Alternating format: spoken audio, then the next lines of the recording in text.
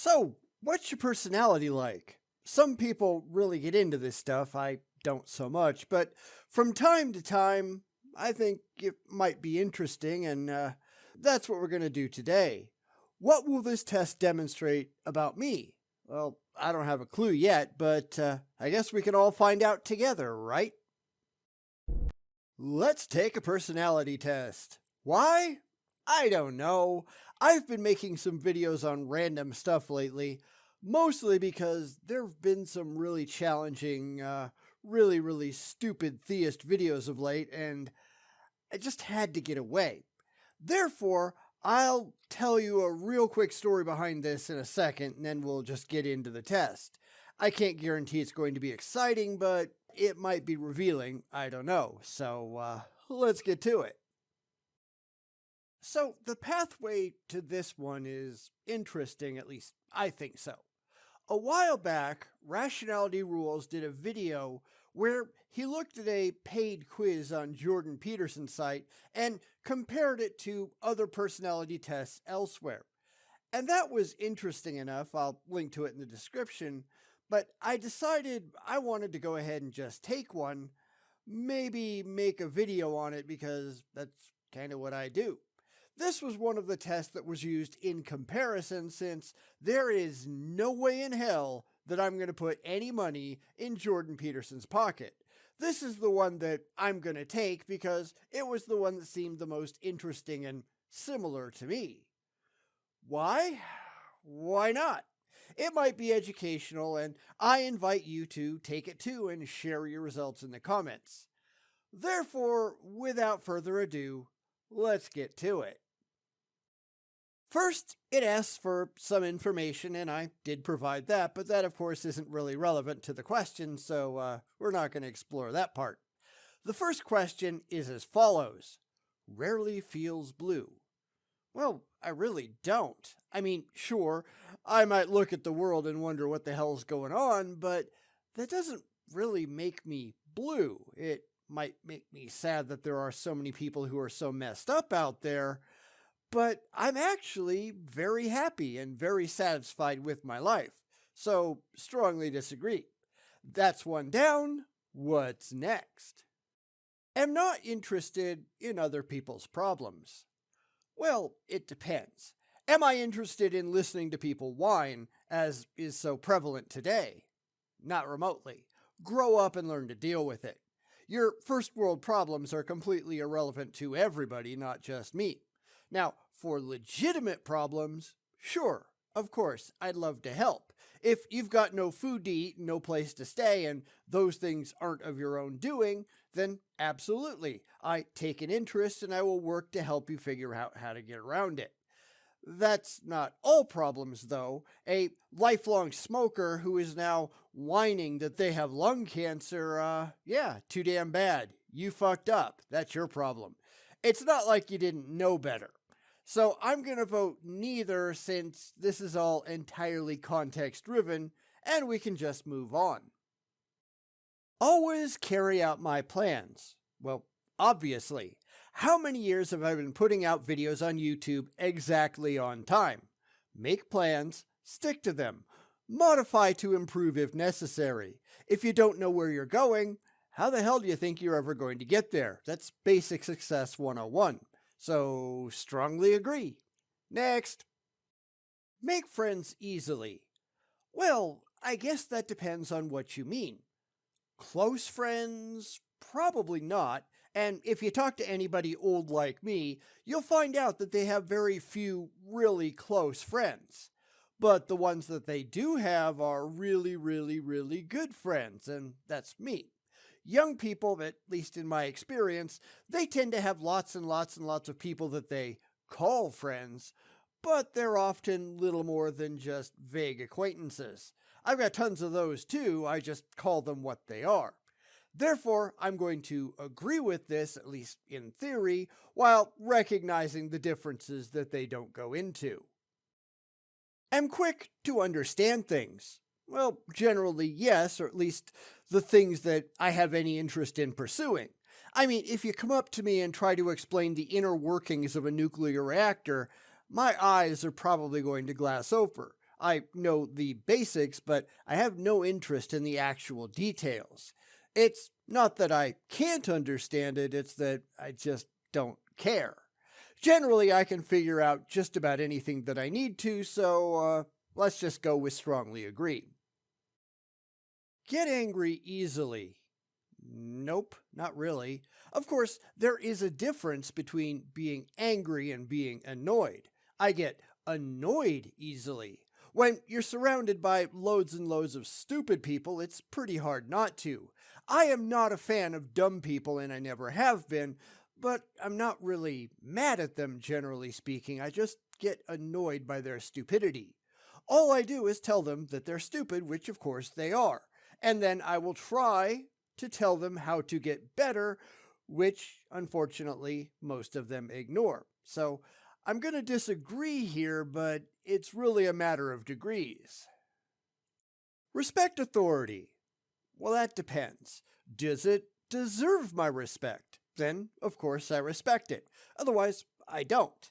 And I think it's really stupid to say, well, that's an authority, therefore I can't question it. I can question anything I damn well please, and I do. This is where the religious, for example, get into trouble. They think that the Bible or other ridiculous holy books, they deserve their respect. Well, nobody and nothing deserves respect. Respect is earned. You gotta deserve it. So I can't really answer as stated because there's just too many questions and too many variables that go unanswered, so neither. Leave my belongings around. No. I mean, not that I'm anal about it or anything. I don't mind a little mess when I'm in the middle of something, but things do get put away when I'm done. If you don't know where things are, how the hell do you go and get them again?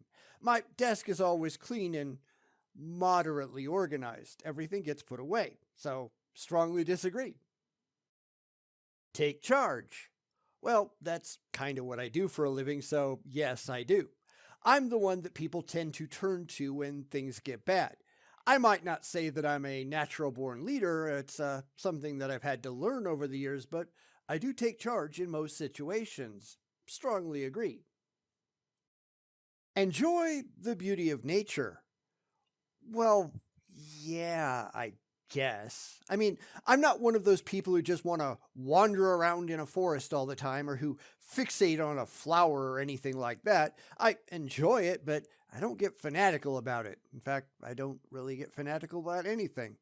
The natural world is the natural world. It is what it is. It's not special or magical or anything like that. So I'm going to agree, but not strongly. Am filled with doubts about things. What things? I mean, generally, no. I realized a long time ago that things that are beyond my control are beyond my control, and therefore, why worry about it? I spend my mental times on things that deserve my attention, and that's about it. I make the best decisions that I can, given the information that I have available, and then I just don't waste my time worrying about it, so, no, not at all. Feel others' emotions. Well, not personally. I mean, there is a difference between sympathy and empathy. I'm sympathetic to the problems of others, assuming they deserve my sympathy. Meaning, I don't pretend that I'm in their place. I don't pretend that, well, it's really happening to me. I just understand the situation that they're in and I act accordingly. I think not understanding the difference between these two is a problem for a lot of people because a lot of people try to imagine themselves in somebody else's shoes without actually caring how the other person actually is. It's where you get a lot of idiots getting offended on somebody else's behalf, even if the other person isn't offended at all. So, can I feel other people's emotions? No. Can I identify with them? Potentially, sure. I have to go with neither here because I think the question is just really poorly defined. Waste my time? No. Now, some people might say that responding to theists on YouTube is a waste of time, but I see it as an educational opportunity. It's a way to help make things better, even though in practice it probably doesn't do a whole lot. I am very organized, as I already said, and therefore I just have too much to do to screw around. Am hard to get to know. Well, not really. I mean, there are people who I don't want to get to know me. If somebody falls into that camp, then yeah, they're probably going to get that impression. But generally speaking, worthwhile people get to know me just fine. And this is another place that has a lot of nuance and a lot of situational awareness that isn't being addressed. So I'm just going to disagree and move on. Have difficulty understanding abstract ideas. I mean, seriously, have you seen my channel? We talk about all kinds of abstract, arcane nonsense here, so I do just fine with the abstract. I just don't take it ludicrously seriously, as a lot of people seem to, as I think is clear when it comes to religion, so strongly disagree. Rarely get irritated. Well, irritated is different from angry. I don't get mad, I get annoyed. Of course, now you have to ask how often I get annoyed overall, and it's not really that common at all. I mean, there are dumb people everywhere, I think we all realize that, but I rarely do more than take notice of it and just move on with my day. There isn't a whole lot we can do about it, so why bother?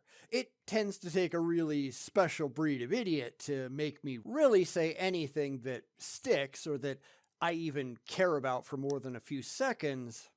So I'd say my overall irritation level is pretty low. I'll agree.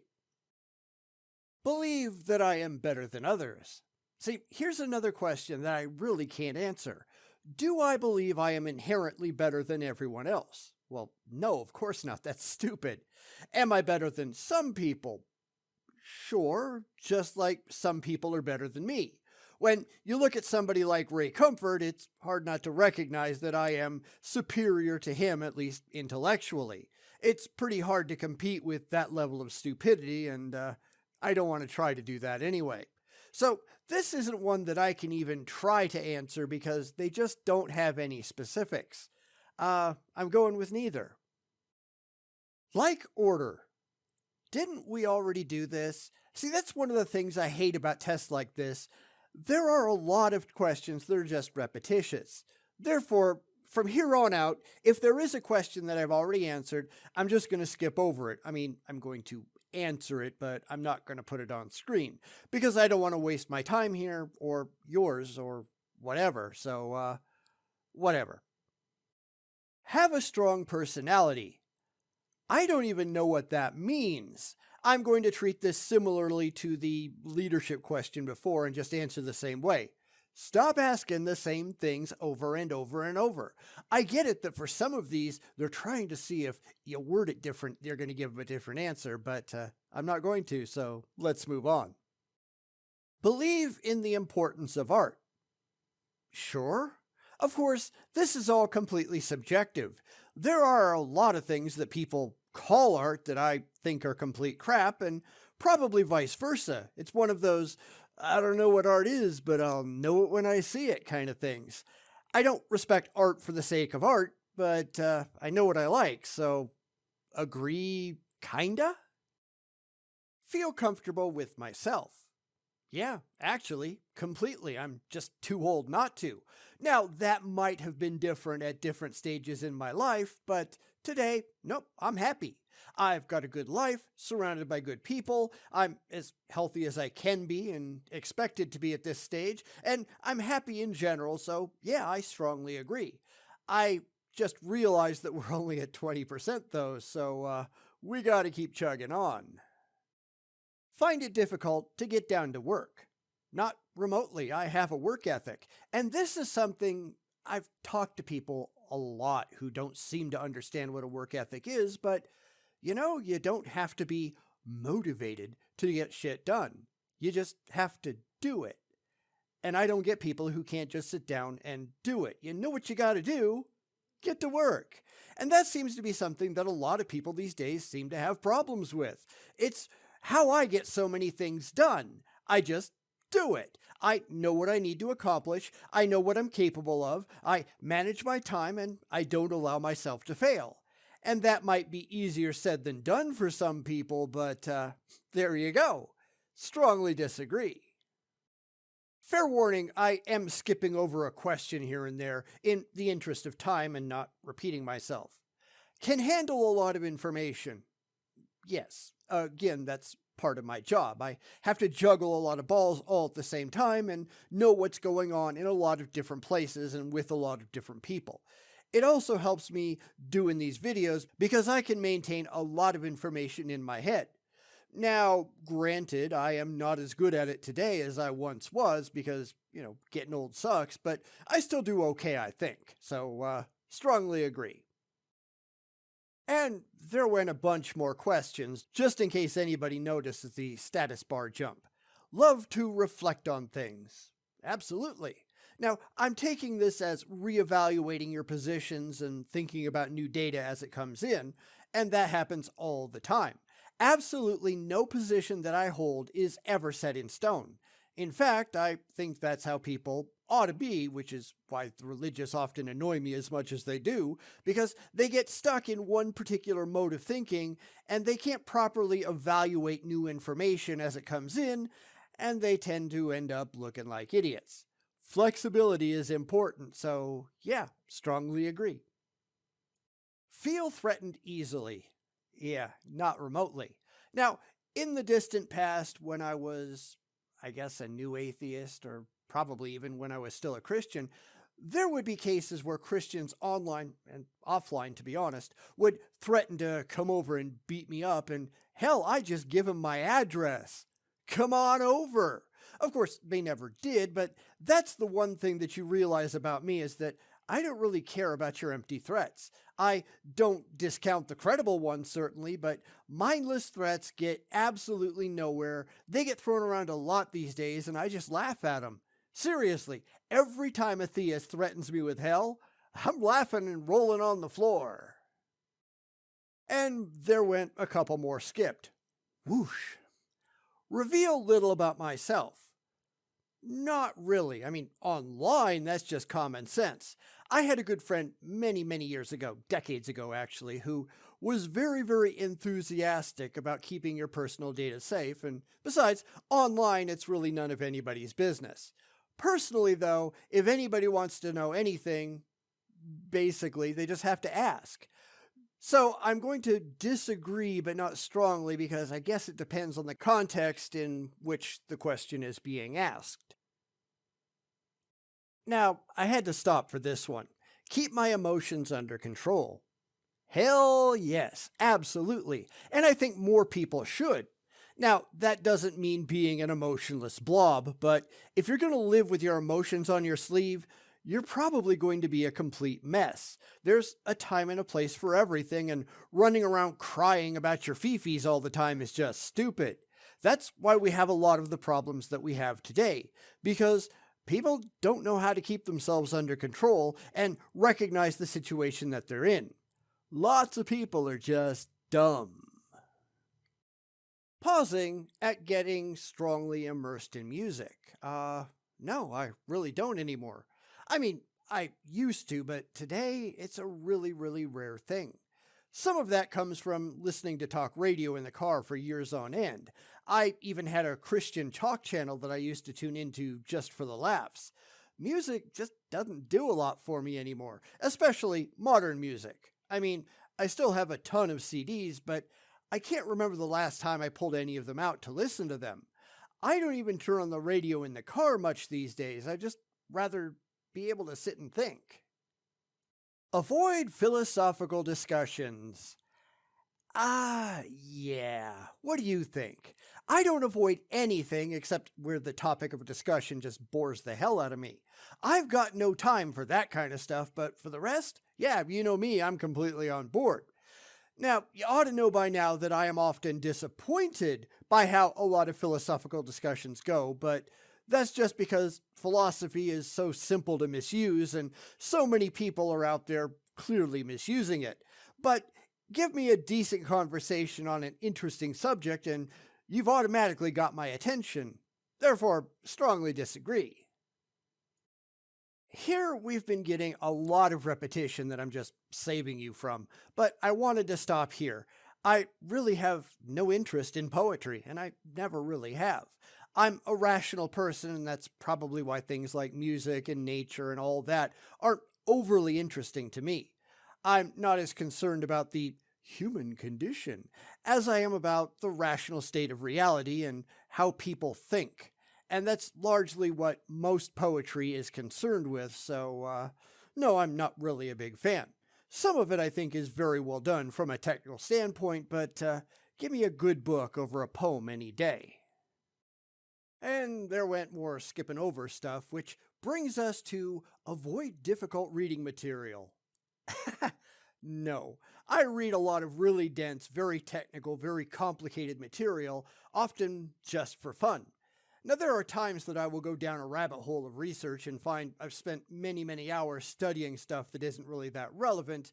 I was just fascinated by the idea, so I went to check it out. So, absolutely not on any of this. It's really how you learn stuff. And like I said, I'd much rather read a book than play a video game or sit in front of the TV, although I do spend plenty of time doing both, because learning is fun. If you stop learning, you start dying. So my answer here, of course, is hell no. Anyway, I'm going to stop here for the day. We've just crossed the 50% line, and really, I think we all need a break. So we're going to come back to finish the test next week sometime, hopefully, and see what my personality really is. I don't know if that's going to be interesting or not because I haven't taken this before, but I guess we're going to find out together. Anyway, if you want to take this for yourself, repetitious questions and all, the link is down in the description. Go right ahead and let everybody know what you got. It's just something fun to do. This isn't serious or anything. And I'll see you all next time, and we'll pick up where we left off. I'm not the biggest fan of personality tests. I think I said that last time. I am who I am, and I just don't care. I still think it's interesting once in a while to see if these things can send you in any new directions or give you new avenues to consider, and that's really what we're doing around here today. Plus, I just wanted to get away from religion for a moment, and there we go. So, let's get back to it. Welcome to part 2 of the test, and this time we're going to finish up the questions while skipping past a whole ton of repetitious nonsense and get to what it all means. That's kind of the point after all. So we get back to the questions, and you get to see my answers and my explanations, because nobody should actually answer any questions without some kind of rational justification for it all, and then we'll see where I fall on their scale. Fun, right? So, to start off with, there were a whole long list of questions that were just repetitions of things we already answered last time, so if that keeps up, this video might not be that long, but that's what you get when you walk into this stuff blind. So, here's the first question that I think is actually worth addressing. Rarely notices the emotional aspects of paintings and pictures.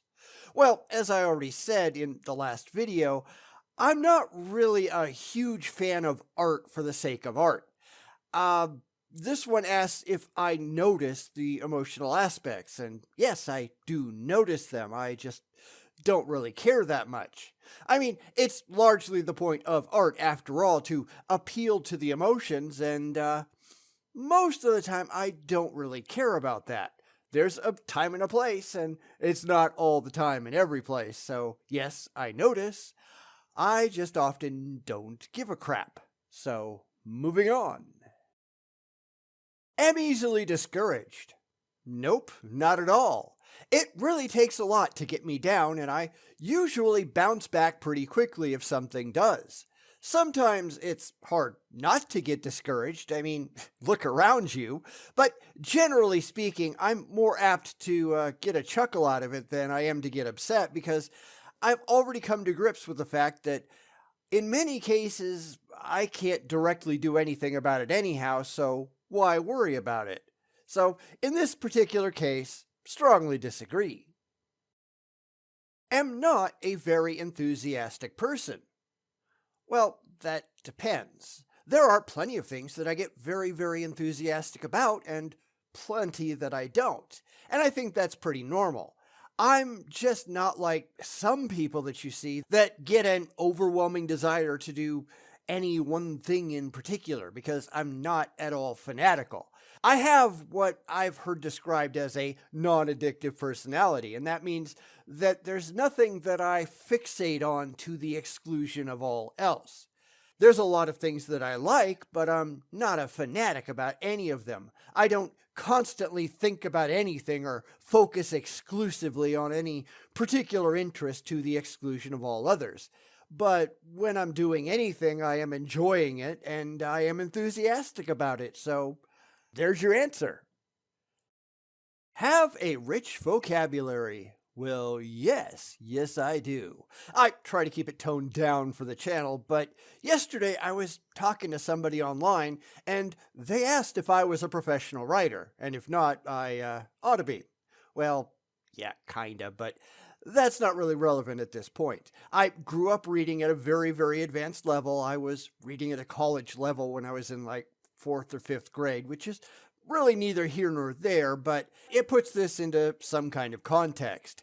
It's just kind of annoying to run around using big words for no other reason than you can, so I generally don't do it. I mean, sometimes, but not usually. I mean, there are plenty of people who do. I'm just not one of them. Insult people.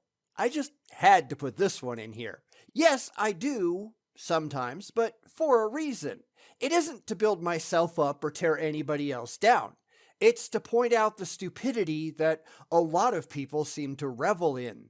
If you don't want to be called stupid, don't be stupid. It's not really an insult, it's an accurate descriptor, and I figure that people who won't respond to reason, they might respond to insults. A lot of them don't, but it's a hope. If you don't want to be called an idiot, maybe you should think about your actions so as to avoid it. Ultimately, it's just calling a spade a spade. It's like saying nice doggy while reaching for a stick without bothering with the nice doggy part. Why lie about it? If they are dumb, call them dumb, because maybe in calling them dumb, you might help them to get a little smarter. Need a creative outlet? Well, generally speaking, yes. I mean, YouTube in and of itself is a creative outlet, so is my blog, so are a lot of my other hobbies that I have, etc., etc., etc. I enjoy making stuff. I enjoy thinking about stuff. In fact, it's actually pretty hard most of the time to turn off my brain. I usually have a hard time going to sleep at night because it just won't shut up.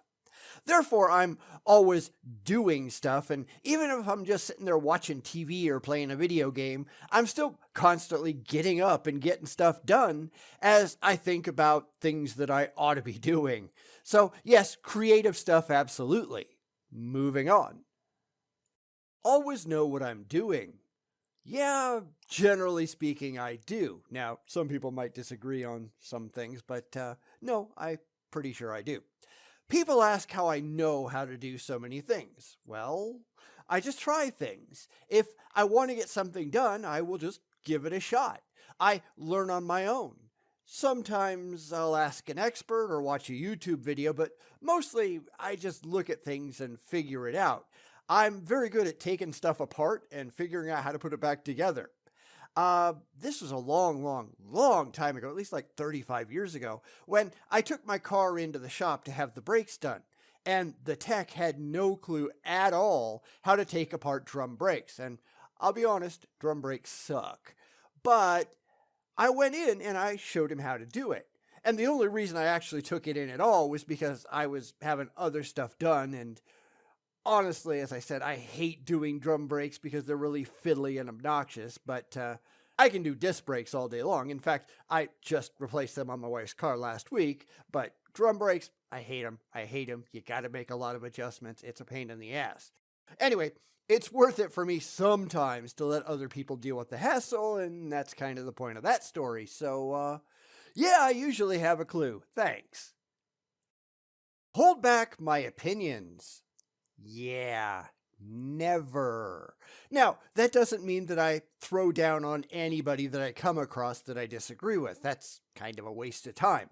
I'm not going to hear someone saying something about God in public and just launch into some diatribe about how irrational the whole thing is. I'm not rude to anybody who hasn't asked for it. Usually, I'm not the one that brings these things up, but I don't back down when people initiate the conversation.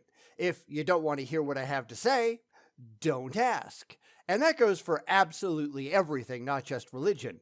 Don't ask me if that dress makes you look fat unless you want my honest opinion, because I am painfully honest. I'm really not interested in lying to people for the sake of their fee-fees. Keep that in mind. Rarely get lost in thought. Well, I guess that depends on what you mean by lost. Do I forget where I am? No, that doesn't happen, but my mind is always going and I'm always thinking about stuff. In fact, when I was younger, I used to play this mental game where I'd take the most recent thought that I had, real train of consciousness stuff, mind you, and then try to remember what it was that led to it. And then what led to that, and back as far as I could go, thought after thought after thought. I was thinking about this, which led to this, which led to this, which led to this, and on and on and on. And trust me, it's not as easy as you think, especially when you get back a ways, because short-term memory doesn't last that long. So I'm always thinking, not always about the most rational stuff, but I'm always thinking, but I'm never blissfully unaware of my surroundings because of it, so take that as you will. Don't have a soft side. Well, I do. I just save that for people who are important to me in my life. My wife would tell you that. I bend over backwards to do things for the people that I care about.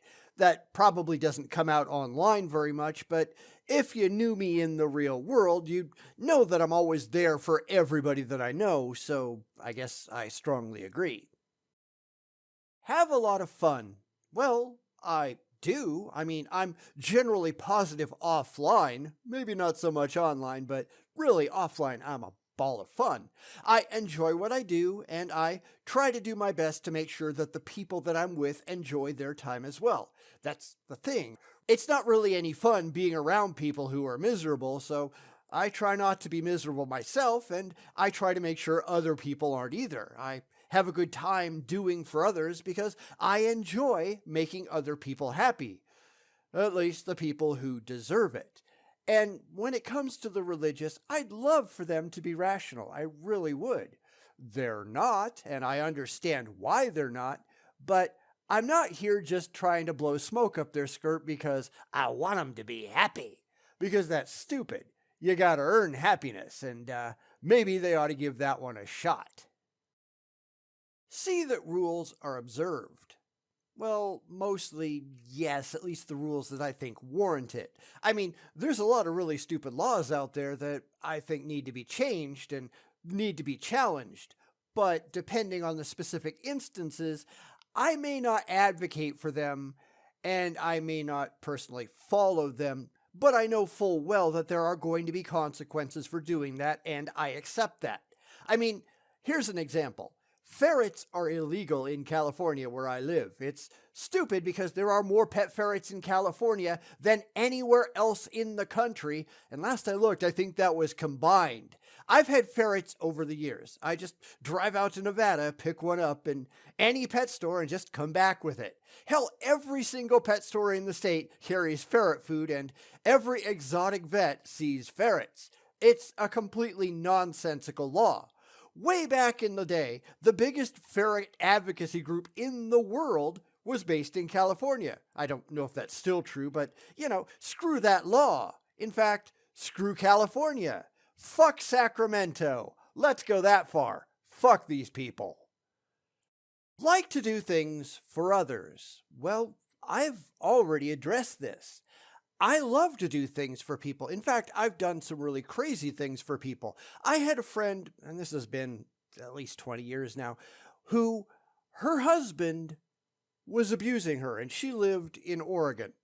I jumped on a plane, paid out of my own pocket, flew to Oregon, packed her, her son, and all of her stuff into her truck, drove back to California, put her ass up for a couple of months in my own house just because she was in need, because she was a friend.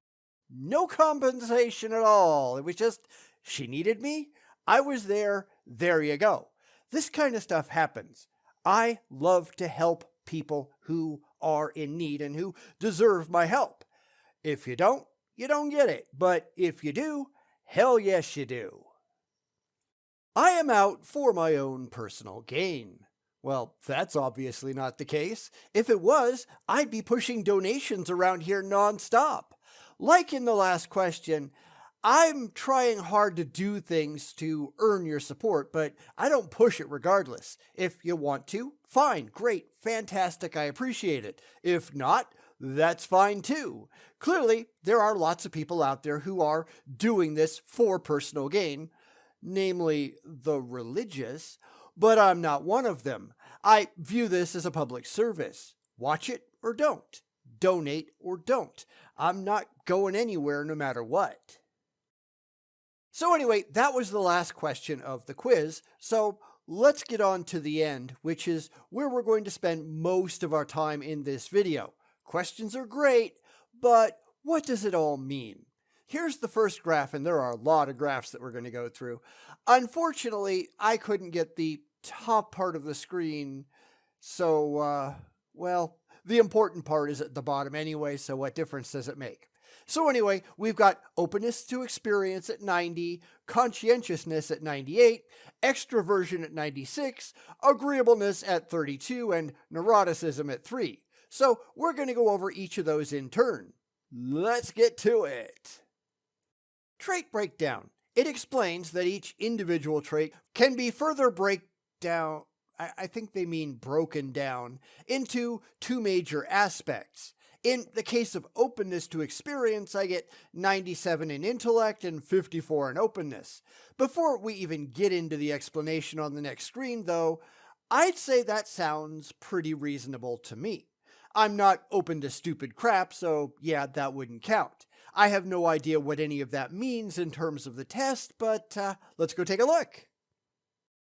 Openness to experience is the primary dimension of creativity, artistic interest, and intelligence, particularly verbal intelligence, in the Big Five personality trait scientific model. Openness to experience is a measure of interest in novelty, art, literature, abstract thinking, philosophy, as well as sensitivity to aesthetic emotions and beauty. Okay, that explains it. As I said, I'm not all that interested in art for the sake of art. I like art, but not just because it's there.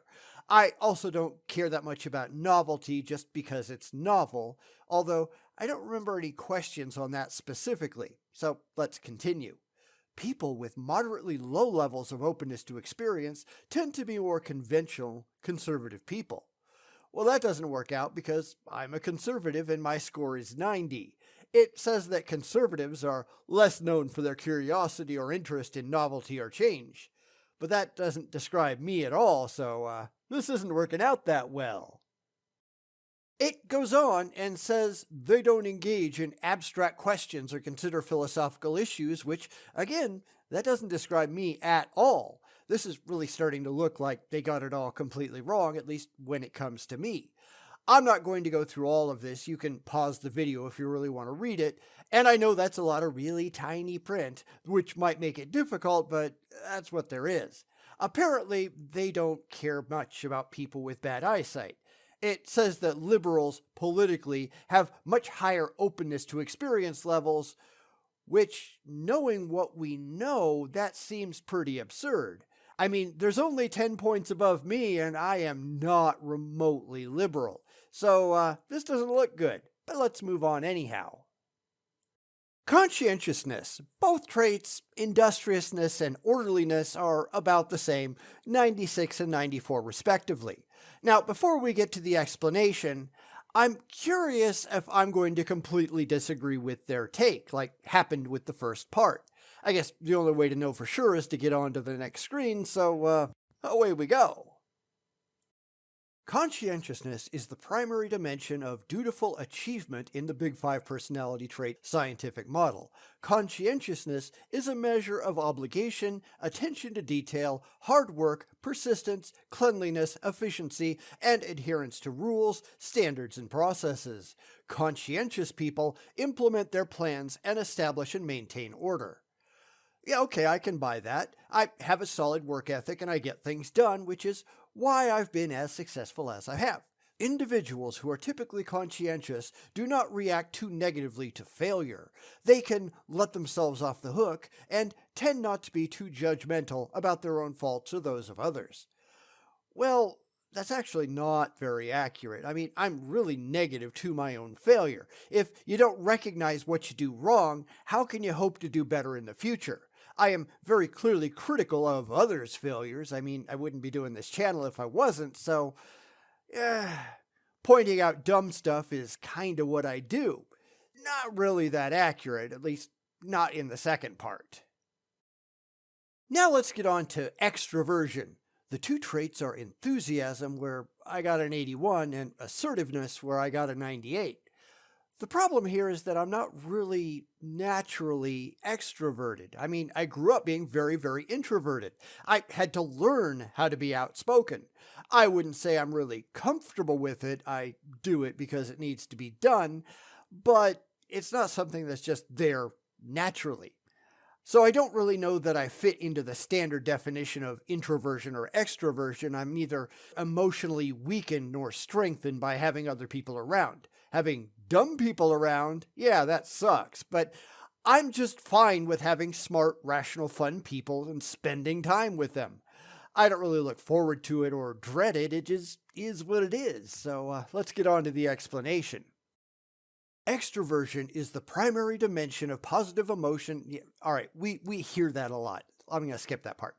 Extroversion is a measure of general sensitivity to positive emotions such as hope, joy, anticipation, and approach, particularly in social situations. Well, that's a little bit different than what I was thinking before. I'm not sure about the wording as it casts extroversion as a positive trait and presumably introversion as a negative trait, and I don't agree with that at all. The extremes on both sides are questionable, but I don't think they're really negative. So anyway, let's continue. People with moderately high levels of extroversion are quite enthusiastic, talkative, assertive in social situations, and gregarious. So, maybe I'm not reading it right, I don't know, but it really seems like they are favoring one over the other, and except in the extremes, I don't really see where there's anything wrong with either one. Now, at the bottom it says that the average score for men is 48 and I got a 96, which again seems way out of proportion, but for the moment, we're just going to let all that go. Now we're on to agreeableness, which is separated into compassion and politeness. And that's probably about right because I'm not really concerned about being polite. I am hopelessly honest. If you're doing something dumb, I'm going to tell you that you're doing something dumb. And if you're doing something good, I'm going to tell you that too. Giving my opinion isn't a problem. So let's go on and see what those two things mean. Agreeableness is the primary dimension of, all right, repetitive, aren't they? They're just copying and pasting. Anyway, people high in agreeableness are nice, compliant, nurturing, kind, naively trusting, and conciliatory. Well, then it's a good thing I didn't score very high in this because that is not me. With a score of 32, I think that's probably about accurate because I don't really care about being nice. You know, the old George Carlin, he's so nice. No, I'm not. I'm also not compliant, and I'm certainly not naively trusting, and I don't avoid conflict just for the sake of doing so. There are plenty of things worth fighting over. So far, I'd say this sounds pretty accurate. People with very low levels of agreeableness are seen by others as markedly competitive, colder, tougher, and very much empathetic. Kinda, sorta, maybe, I don't know. Then at the bottom it says that women tend to go into teaching and nursing professions while men tend to go into technological professions, which certainly is the case here, so that at least they got that right. I'd say that people ought to be less agreeable, generally speaking, because that's really the only way to get to honesty, and that's the only way to make things change. So let's get into that last category. Neuroticism. It's split into volatility and withdrawal, and I have virtually no score in either. And that's fine because I'm not neurotic. So let's go into the explanations because this is already getting pretty long. Neuroticism is the primary yada yada yada, whatever. Neuroticism is the measure of general sensitivity to negative emotions such as pain, sadness, irritable, or defensive anger, fear, and anxiety. Well, I got none of that. It kind of makes me wonder if you could separate fundamentalist and evangelical Christians, just how high their neuroticism score would be since their beliefs are based primarily on fear. Anyway, people with low levels of neuroticism rarely focus on the negative elements, anxieties, and uncertainties of the past, present, and future. It is rare for them to face periods of time where they are unhappy, anxious, and irritable unless facing a serious, sustained problem. Okay, I'll agree with that. I don't get depressed, certainly not long term. Now, I will recognize stupid stuff that's going on, but I don't dwell on it unless it's something that I can personally do anything about. It's one reason I just don't focus much on politics anymore, because no matter which way you lean, you're pretty screwed. Essentially, this says that low neuroticism individuals keep their head in a storm, don't make mountains out of molehills, and have higher levels of self-esteem, particularly when they have a high extroversion score. They don't get anxiety disorders or depression. So, yeah, I'd say that sounds pretty accurate. So, that was the test. And really, in my opinion, this test has been kind of a mixed bag. Some things I agree with and some I don't. It would be interesting to know how any of this correlates with religiosity, as I said, although they don't ask about any of that, so you can't get those figures. You'd probably get some really high neuroticism scores and low agreeableness scores with some of the people who are terrified that an imaginary man in the sky is going to get them and thinks everybody around them is a filthy sinner. That said, though, hopefully you all learned something today, both about me and, if you took the test yourself, about yourselves. I don't know how much of this you ought to take to heart, but if it helps, and if not, hey, forget about it. So let me know in the comments what you thought, either about specific questions or about your own test results. Where did you fall on the scale?